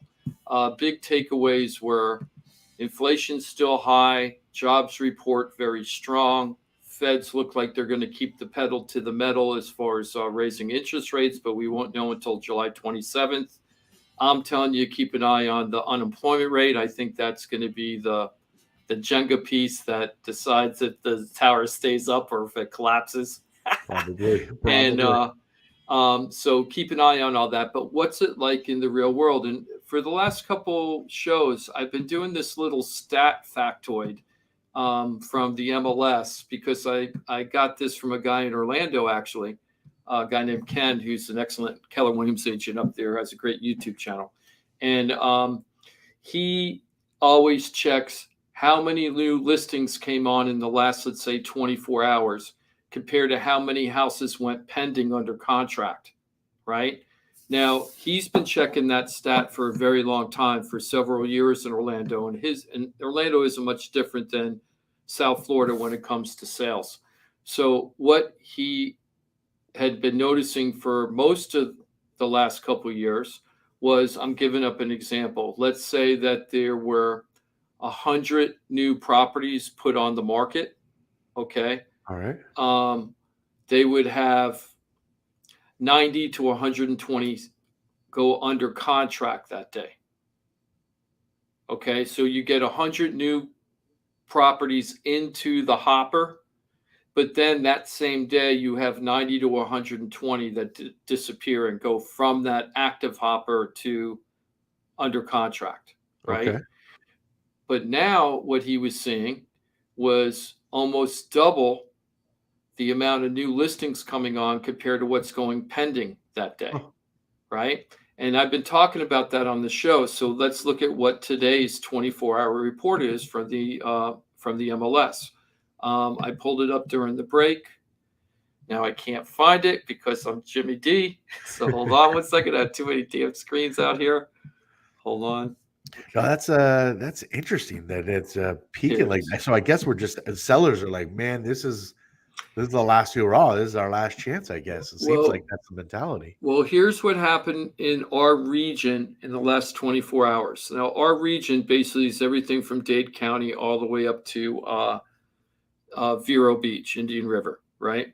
So, well, no, I'm sorry, all the way up to Fort Pierce, or the northern edge of St. Lucie County. So from St. Lucie County all the way down to Dade. Okay. So, and this includes condos, single family homes, townhomes, any kind of property that goes on the market. So we had, in the last 24 hours, there were 1,150. Sorry, hold on. Somebody's calling me. There were 1,150 3 properties put on the market. Okay. Okay. And as far as what went pending, there were 255 went pending. Wow. So we're having way more listings than the pendings that are happening. Now, let me click on this button and do the last 48 hours. Man, inventory is going up, baby. 2305 for the last 48 hours. So over the last 2 days, it's been 2,300, which is almost double the 1,153, right? And then pending was 1,000. Actually, 1,056. Somebody like me who's going to be looking to buy here before too long is really, really pleased hearing these numbers. Yeah. So, but here's the thing, right? So you're naturally assuming, Johnny, and this is a great conversation to have. You're naturally assuming that the prices are dropping, right? That the prices will drop. No. Well, we're not there yet. Are we going to get there? I'm betting yes. I'm betting yes, we are going to get there. We're going to see price drops. So let's get back to that New York. And now let's see what we're seeing on the open market. I met with 3 realtors this week. I met one in Port St. Lucie. I met one when I was showing a property yesterday in North Palm. She's a luxury agent. The other agent was not a luxury agent, meaning $1 million or up. And then I met another agent covers the Boynton Beach area. We're all good listing agents, right? We all put properties on the market. We're active. We're busy agents. We didn't have any greenhorns I talked to, just because that's who I was talking to that day.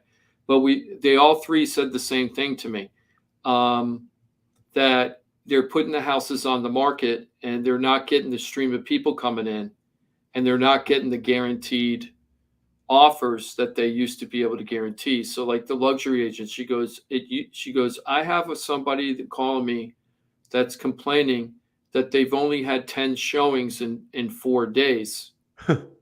10 showings in 4 days, but they don't have any offers. And why haven't they got any offers yet? And what am I doing? What am I not doing correctly? That's what the agent's saying. Now, this is a seasoned agent. Okay. Right.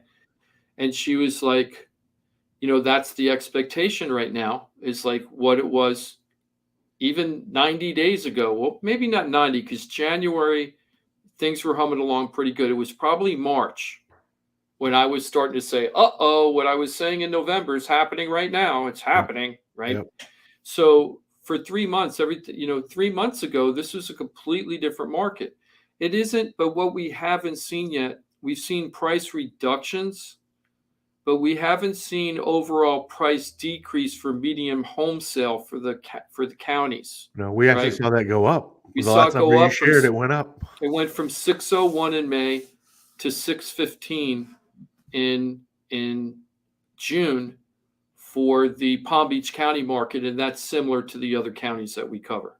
Okay, maybe not the price, but like Palm Beach County was only in the high 5s, but it also had an increase. Dade was in the high 5s, also had the increase. And then St. Lucie County had the increases, but they weren't any close to the 5s because St. Lucie County is a lower price point. So we're not seeing the prices drop yet.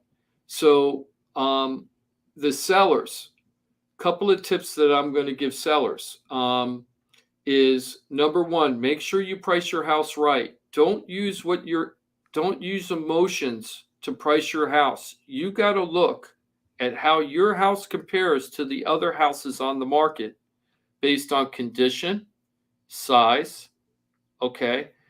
And look at the most recent closed sales, not the pending sales, not the active sales. In a market like this, closed sales are king.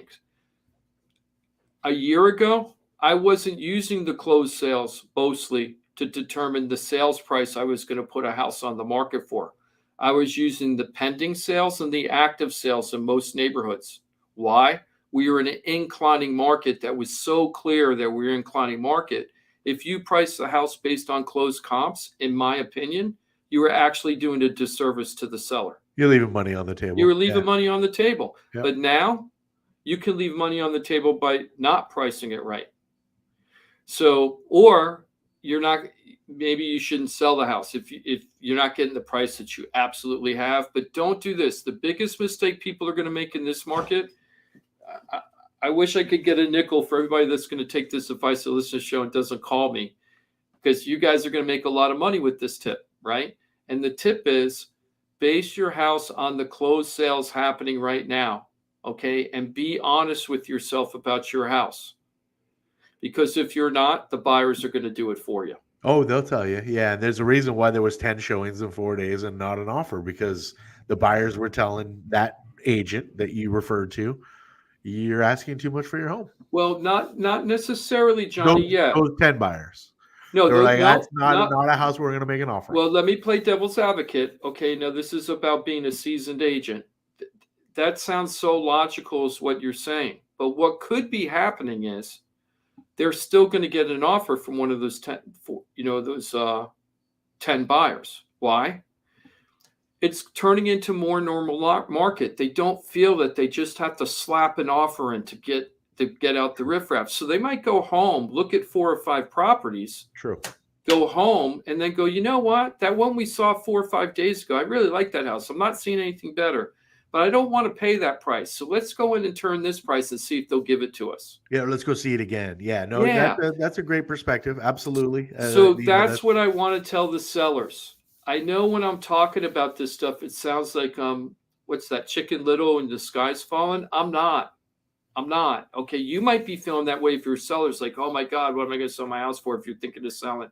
But it isn't like that right now. But you have to be realistic, or it can get like that. It can get you all crazy. Right. So what you should be doing is, if your house doesn't sell immediately, all you have to do is wait normal time periods and have a good agent that has a good marketing plan. And then look at the property every single week to 10 days and reevaluate every week to 10 days. Okay. How do you know if your agent has a good marketing plan? That's through the vetting. That's through your interview process. You're like, interview? Yeah, if you're not interviewing who you're going to choose to help you buy or sell your property, you're doing it wrong. Stats matter. Don't just go to a referral because they know somebody. The facts are that they may be beautiful people, really, truly, and they might not be very good at their job. I have a bunch of people in my life that I love. I would give the shirt off my back to. I will never go to them for business purposes because I know they're not great at what they do. You got to go to people that are great at what they do. FloridaTalkRealEstate.com gives you access to a team of pros. At least include them in the interview process. Pull the stats. See what they can do for you. FloridaTalkRealEstate.com. Jimothy, is Tom still holding? Yes, he is. Beautiful. Tom, thank you for your patience. Everyone wants to talk about some homeowners insurance. Thank you for taking my call. Hot topic. Tom, thank you and welcome. You're on Florida Talk Real Estate. I've been listening to your show for a long time, so it's very informative. Oh, thank you, Tom. Anyway, one of the casualties of Southern Fidelity, homeowners insurance. You're on the war. You're on the battlefield. Is one of the corpses on the battlefield right now. Yeah. Unfortunately. Damn it. Yeah, tell me about it. And I've been shopping all week. I called Brightline in Juneau, and I got the 4-point done, and I got the wind mitigation done, and everything looked pretty good. The house is built 73. That's the problem. And my wife and I have been in the house for 26 years. And we got plenty of equity in the house because I live in Palm City, which is a pretty desirable area where we live across the St. Lucie River. Not on the water, but we've got a nice corner lot with over a half-acre land. If we decide to put the house up for sale because we've had a couple of people interested for pretty much a good price. Now the homeowner, the people that are interested in buying the house, is it going to defer them because of the homeowner's insurance? It could. Insurance is killing deals for some homeowners. So there's a lot of factors involved in that. It sounds like you've done some of the things that I would recommend you do, which is the 4-point. How many years left in useful life on the roof? 5 years. 5 years. Okay. So this is what you should know about that part, Tom, is that it depends on the buyer you're getting. So if you were selling a house, this is the great conundrum when it comes to roofs right now. So you can get Citizens Insurance. Ross will tell you. I'm not the insurance agent, but I don't play one on on the radio or TV either, but I have to say I'm just based on what Ross says. So Ross Camaritas from Brightway Insurance, Juno Beach, what he would tell you is that house that age, you have to get citizens insurance anyway, pretty much. But as far as the roof, it could be over 20 years old, even the roof itself, but you have to have at least 3 years useful life. If you don't have 3 years useful life, they won't give you the insurance policy. 2006. Okay. Yeah. So, but even at 2006, because the useful life, because that's older, like if your roof was less than 10 years old, useful life wouldn't really matter anymore. Right. But at 2006, it's a 15, 17 year, 16-year-old roof. It's going to matter. So the 5 years is what we need to focus on, right? So your perspective is, hey, you can go get insurance. So I'm selling you my house. The buyer could decide this. Yeah, I can get insurance now. But if the buyer talks to an insurance agent, what the insurance agent's going to say, yeah, we've never had a claim either. That's the thing. And it won't matter. It does. I know these are all very common. I'm being honest with you because he doesn't want to hear it. I'm sorry, but I'm being real with you. So this is what's going to happen, Tom. The insurance agent's going to tell them, look, you can get the insurance now, but the insurance company's going to have that file of the roof life. And in 2 years, automatically, they're going to send you a form automatically. It's going to be put into the system, and it's going to spit out and say, if you don't replace your roof, we're canceling your insurance, which is the insurance of last resort. Uh-huh. So if you're a buyer, are you okay with that? I got one other question before you guys go for a nice weekend. Mm-hmm. I had paid my premium. My premium went up to Southern Fidelity from $3,200 to $6,600. Oh. And my mortgage company paid it through the escrow account on the 15th of June, and that's the same day that Southern Fidelity filed for bankruptcy. Oh my gosh! The $6,500 that I paid out is going to be in limbo, and I've got to lay out another whatever the policy is going to be. I mean, we've been getting prices between $5,000 to $7,000 through Citizens, and there's one other insurance company called Great Lakes, which is through a local agent right here in Palm City, and that was actually very reasonable. That was $3,500. So I mean, I got to look at that too. So, well, you should call. That Florida has got a state insurance. They insure these insurance companies to pay back the money that they took, and I don't know how long it takes. Somebody said 45 to 90 days.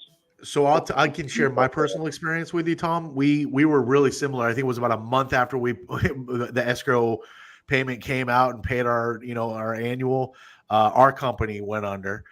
I think they laid out. I think it was 9 weeks. I think they said, and the check came like literally like almost to the day they said it was going to. My bank actually, when I got new insurance, they just dealt directly through my bank, and I opted to have my bank pay it. My bank said they would pay it, but clearly at that point, I'm way, way, way behind in my escrow. So when we got that check, my reimbursement from my canceled policy, we just put that into our escrow account. I think we're going to end up being like $400 or $500 short on escrow. We'll just make it up at the end of the year. But talk to your bank. They very well could slide you into your new insurance and then just be responsible when you get that reimbursement check. So what they're going to do is reevaluate my escrow account, and my mortgage payment can go from, let's say, $2,100 up to $2,700 or $2,800 to make up for the escrow. You might not have to, like I'm saying though. The bank may cover it for you in the meantime, and then when you get that check back from your old insurance company, just make sure you put it into your escrow account. No, yeah, I know. Yeah, for sure. Trip up to Orlando, but don't be scared to ask. Listen, guys. All right, okay, have a good one. Tom, don't sell your house for sale by owner. You got to give me a call. I'm going to show you how to make more money. LordofTalkRealEstate.com. Well, Tom, thank you for being with us. Thanks for your patience today, and definitely, I hope that works out for you. Look, if you're dealing with anything, looking to buy a home, sell a home, you're stuck with your home, you don't know what to do. You have this home that your family's fighting over through, probate. I'm telling you, you got a one-stop real estate shop, a team of pros that can help you navigate all these pitfalls. Everything you're trying to get done, we can make sure you're with a pro that's going to help you get it done right. FloridaTalkRealEstate.com. Jimothy's going to stick around and do the locker room with Greek and Joe for the next 4 hours. Jimmy D's going to get into a weekend. I hope you have a great one, my friend. Thank you. You too, Johnny. I hope you have an awesome weekend. I will do my absolute best. Thanks again for being with us every Saturday. We'll be back at it next Saturday, 9 to 11. It's 2 hours of infotainment. Florida Talk Real Estate right here on Real Radio.